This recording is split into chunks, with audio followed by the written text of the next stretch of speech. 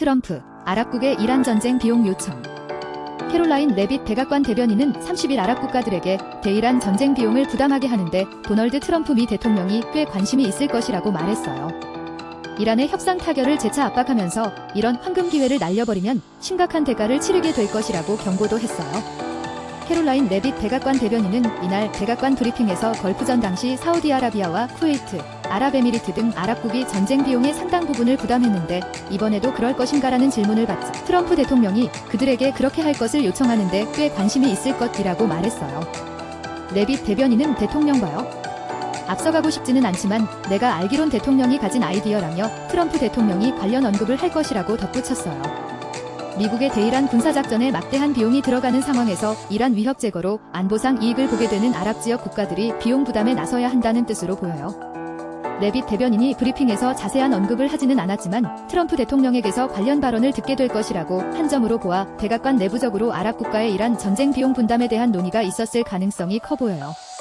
아랍 국가 입장에서는 사전에 충분한 논의 없이 대이란 군사작전을 시작한 미국의 비용까지 부담해야 하는 처지가 될 수 있어요.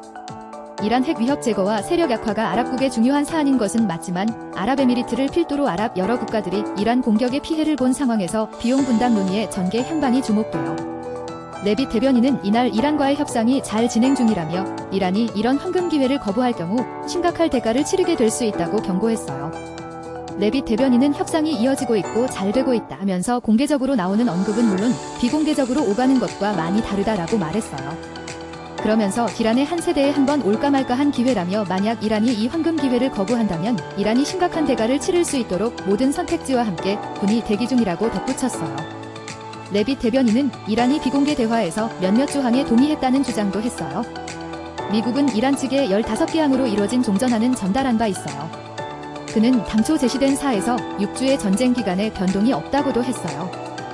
4월 6일까지 이란 발전소 등 에너지 인프라에 대한 공격을 유예하고 협상하겠다는 트럼프 대통령의 방침에 맞춰 어떤 식으로든 6주가 되는 4월 중순 안에 전쟁이 끝날 것임을 시사한 셈이에요.